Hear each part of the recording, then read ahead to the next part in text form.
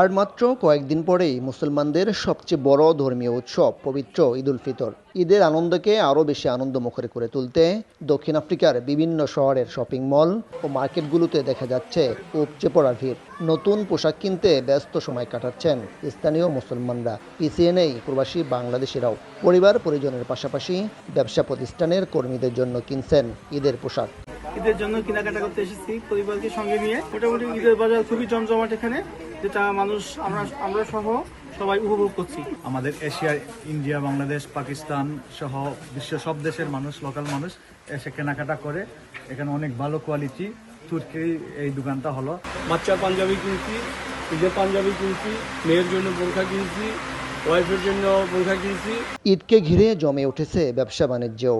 দেশটিতে বসবাসরত প্রবাসী বাংলাদেশি ব্যবসায়ীরা জানান, গেল বছরের তুলনায় এবারে বেচা বিক্রি বেশ ভালো। ক্রেতাদের উপস্থিতি ও বাড়তি কেনাকাটায় সন্তুষ্ট ব্যবসায়ীরা, যা তাদের মধ্যে আর্থিক স্বস্তিও ফিরে এনেছে। বাংলাদেশের সকল ধরনের মশলা, মাছ, স্পাইস রিজনেবল প্রাইস।